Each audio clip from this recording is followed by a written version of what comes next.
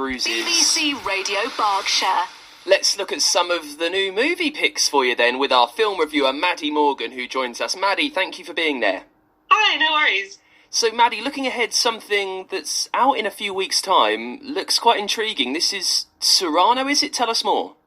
Yes, Cyrano. So I was lucky enough to get to see an early screening of it and sort of see Joe Wright, the director, and Peter Dinklage. So it's based on a play from 1897 called Cyrano de Bergerac, which I think you'll see on stage as well at some point in the next few weeks. It's a musical film, and it was a new musical in 2019, I think. And Peter Dinklage and Hayley Bennett have reprised their roles from the stage to the screen. And it's got music by The National. It's a truly beautiful film. I think if you're a fan of period dramas, and even if you're not a musical fan, I think you should watch this. It's a beautiful film, really well done. Oh, interesting that they're reprising their stage roles in a movie. How well does that translate? Sometimes when a film is taken from the theatre and stuck on the big screen, it can be a little bit boxy and clunky. How well does this manage it? Seeing as it's completely sort of different, it's an adaptation of an adaptation, I think. And the added context of they filmed it during like 2020, this is right in the middle of the pandemic. They're filming it, so I'm sure there's so many ways they had to work around that. I personally don't think it's bulky. I think it's really well done. There's some really cool scenes in the beginning as well, so I won't spoil anything. But they're on location in Italy, and it's set in France, but they're in Italy as well. They shot it. And there's a really cool sort of, they're on stage doing like a sword fight sort of sequence. There's really beautiful musical sequences and dances. And I think if you just really love visuals and you really love the story of love, which is what it's really about at its core, is about, wanting to deserve love, feeling like you deserve love. And I think that really translates well. Now, Peter Dinklage made his name, got shot to real fame as Tyrion Lannister in Game of Thrones. He's picked up roles here and there, but this really is a star turn from him, looking at the posters. How well does he do, really taking the mantle, being the leading actor? I remember just thinking, I've never seen him perform this way. He's this very vulnerable character, and you just grow to love this character, really feel for him. He's someone who's sacrificing his love in order to, put that person first. And there's also this mix of frustration and truly like the self-identity, and the whole play itself. I mean, originally the character Cyrano is meant to have a really long nose, a prosthetic nose, but in this one they've actually taken the fact of his dwarfism and made that a part of why he thinks he doesn't deserve this love.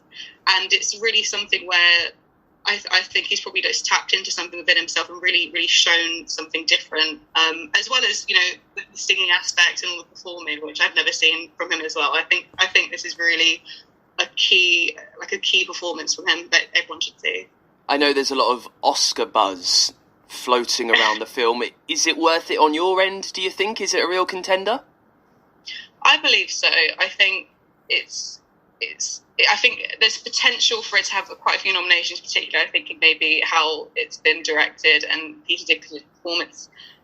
I think if anyone who sees it, if you're lucky enough to go and see it, it's definitely a game changer in terms of how musicals are filmed. It has a completely different vibe, I think. There's quite a few musical films being made at the moment, but this one had a very much softer vibe that I think if you're wanting something different, Amazing. So that's Cyrano, which is out next month.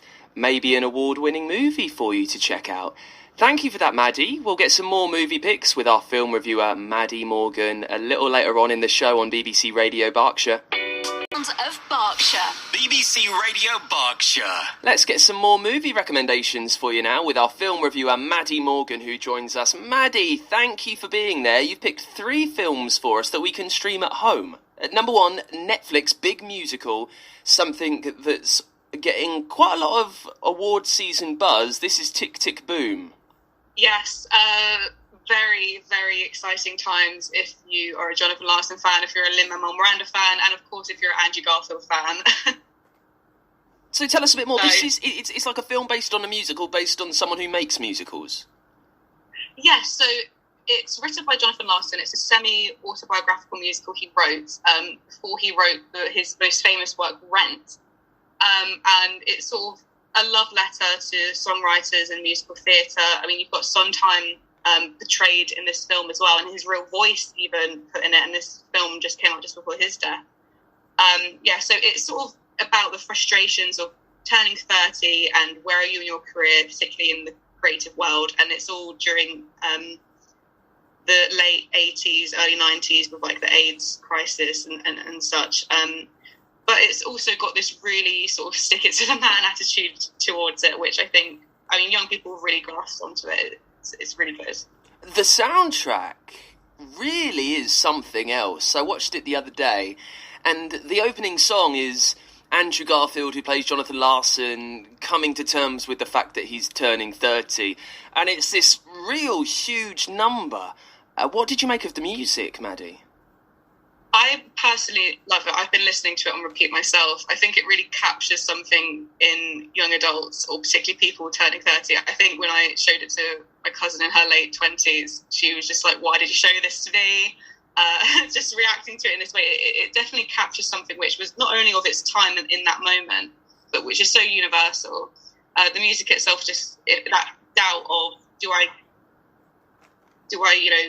persevere with this, or do I compromise my talents, my gifts, or my passions in order to continue on or move on with my life? So I think it's definitely something which captures what a lot of young people, even people now, are still thinking, particularly 2 years in a pandemic. Yeah, it's a fantastic pick. It's fast, it's frantic, and it's like furious at times as well. That's Tick Tick Boom, which is on Netflix. Your second choice for us is another adaptation. This is Sense and Sensibility. Yes. So this is the film I really love, and I think a lot of young people don't really know what it is. So if anyone's an Emma Thompson fan, she wrote the screenplay to this, and if you love Jane Austen as well, it's a very nice story. And I think, seeing as the period drama, particularly with things like Bridgerton and Emma, which was a recent adaptation as well, seeing as those are becoming the trends again, I think it's really good to look back at, what set these trends, what really was the turning point. And Sense and Sensibility is such a well-written film, for such good adaptation. You've got early actors in their careers. You've got Kate Winslet, very young, as well in this film. And yeah, I think when we look at new trends like Sensibility, it's worth looking at that, and as well, like even like the BBC Pride and Prejudice, just looking at sort of where the trends come from, and just looking how it's done. Yeah, quite a lot of people might hear an old novel being adapted like this, even by Emma Thompson, and might think, not my cup of tea, might be a bit dull. Can you assure them that it's anything but boring? Yes. So I think it's a story of like people who if you feel like you're young, you're awkward, you've lost something. It's about young women and struggling to survive in a world where they're not able to rely on a man anymore. And you've got characters who you'd think, it's a man's world at this point, and they're reliant on men. But this is a story of women's perseverance through death, through loss and love. And it's also quite funny. It's also really well written. You've got actors like Hugh Laurie putting on really funny performances. So I think it's worth a watch. That's Sense and Sensibility on Stars Play, which you can stream. And your final pick for us tonight, Maddie, is also something that we can watch on Netflix. Tell us more. Yeah, so Spotlight. Spotlight's a film that came out in 2015, I believe. And you've got a cast with like Mark Ruffalo, Rachel McAdams, Michael Keaton. And it's based on a true story. It's set around the Boston Globe newspaper and around journalists pushing a story about sort of charges with like a local church that ends up spreading around sort of worldwide. It's really like a classic drama journalism story based on truth. And I think if you like dramas, if you like following a story, particularly like true stories, really deep stories of real people, this one's definitely worth a watch.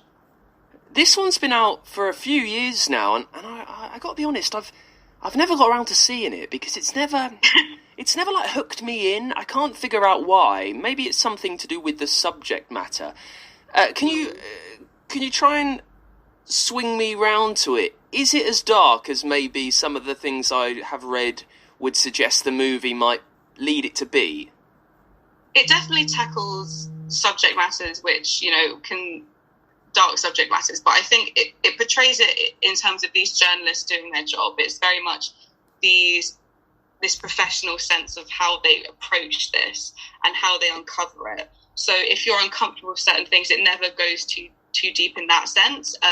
But it's more or less the telling of a true story and trying to get through to victims how this was handled, how it was kind of tried to be silenced, and how these journalists worked as hard as they can to push that story through despite people in power trying to silence them. And it's set with the backdrop of like early 2000s, right as, 9/11, post 9/11. So it's got quite a lot going for it. And I think if you were around during that time or you were too young to remember it, it's worth understanding that sort of context. That's Spotlight, which is on Netflix. Maddie Morgan, thank you so much for your movie picks. Thank you for having me. The nominations with our film reviewer, Maddie Morgan, who joins us. Evening, Maddie. Hi, good evening. So, The Power of the Dog, this is the very intense Netflix Western with Benedict Cumberbatch. It leads the nominations. Why do you think it's been so popular with the judges? I think, well, you've obviously got that star power, I think. You've got very dedicated fans of Benedict Cumberbatch. But also, I think it's one of those times in cinema itself where I think audiences are craving something different. And I think, normally we're used to sort of high-flying, high-budget extravaganza, but this one I think it's got a story that sort of brings you down a bit, like humbles you in the sense to like really pay attention to like this gripping story. And when a film like this gets so many nominations, is it a sure sign that it's going to walk away with most of them, or sometimes do we see a lot of upsets? Oh, I mean, it's difficult with the Oscars, really. I mean, you never know. I think so many films lost out on Best Picture, but you couldn't name the film that won that year sometimes. It's a tough call. I think it's got a good chance considering how many nominations it has. But I think it has some strong contenders. It has some favourites, I think. So you never know. And June, the sci-fi movie, which is coming in 2 parts, it's got 10 nominations. It's backed up the buzz because it's had a lot of hype as a big blockbuster. What did you make of that? Has it warranted those 10?